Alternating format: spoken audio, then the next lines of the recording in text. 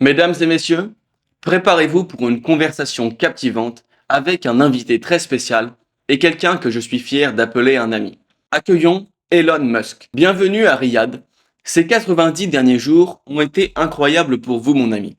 Oui, XAI Colossus est devenu opérationnel en 122 jours.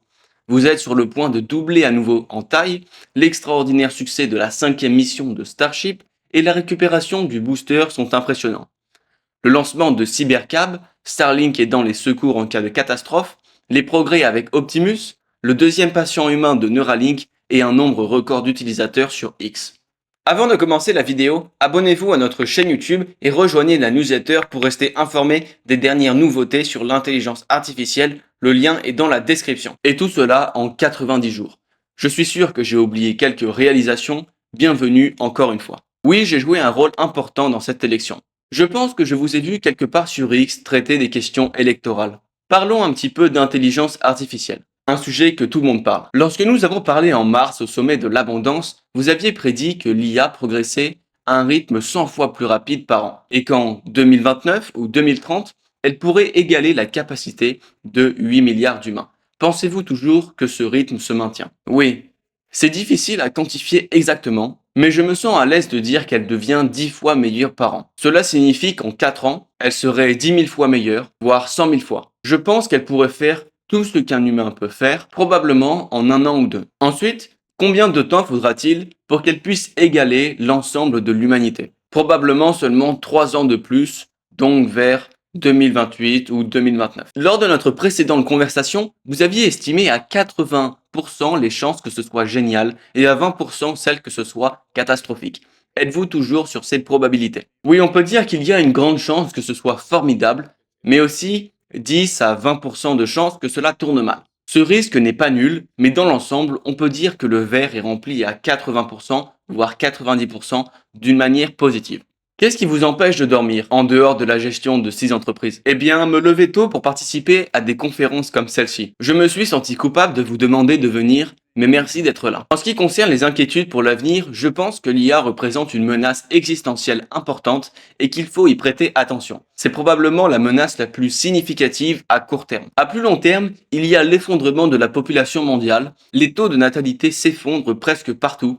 Par exemple, avec les taux actuels, la Corée du Sud pourrait voir sa population réduite d'un tiers et l'Europe d'environ la moitié. Et cela même si les taux de natalité revenaient soudainement à 2,1 enfants par femme, ce qui n'est pas le cas. Sinon, dans 3 générations, de nombreux pays pourraient voir leur population réduite à 5% de leur niveau actuel ou moins. Je considère cela comme un problème majeur. La plupart des pays devraient voir leur taux de natalité comme le problème numéro 1 à résoudre. Sans nouvelle génération, l'humanité disparaît et toutes les politiques deviennent inutiles. Vous faites votre part pour maintenir le taux de natalité aux États-Unis, n'est-ce pas? Oui, je fais ma part. J'ai beaucoup d'enfants et j'encourage les autres à en avoir aussi. Sur l'IA, et je suis désolé d'être négatif, mais que faites-vous actuellement pour contrer cette probabilité de 10% d'un avenir dystopique? Mon instinct en matière de sécurité de l'IA est qu'il faut créer une IA cherchant la vérité de manière maximale. Cela peut sembler évident, mais n'est-ce pas ce que nous voyons être produit? Beaucoup d'IA sont formées pour être politiquement correctes, en particulier celles développées dans la région de San Francisco. Elles adoptent souvent la philosophie ambiante, ce qui peut être problématique. Par exemple, lorsque Google Gemini est sorti, il a répondu qu'il valait mieux mal genrer Caitlyn Jenner que déclencher une guerre nucléaire mondiale, ce qui est évidemment absurde. Si une IA est programmée ainsi, elle pourrait conclure que la meilleure façon d'éviter de mal genrer quelqu'un est d'anéantir l'humanité, rendant cette possibilité impossible. C'est très problématique. Il est crucial d'avoir une IA cherchant la vérité et aimant l'humanité. C'est pourquoi j'ai créé XAI, pour garantir que l'IA soit axée sur la vérité et cherche le bien de l'humanité. Vous avez récemment tweeté que vous doubliez la taille du cluster Colossus.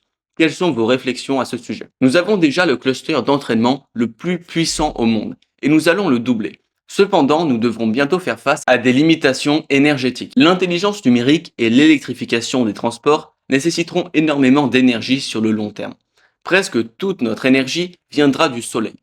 Nous utilisons actuellement moins de 1% de l'énergie de la Terre et encore moins celle du soleil. Mais dans le futur, presque toute l'énergie sera solaire, pratiquement à 100%.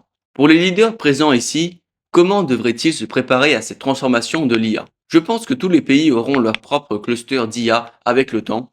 Actuellement, c'est difficile à construire et à gérer, mais ce sera bientôt une infrastructure standard comme l'électricité ou les aéroports. Vous avez mentionné que d'ici 2040, il y aura plus de robots humanoïdes que d'humains.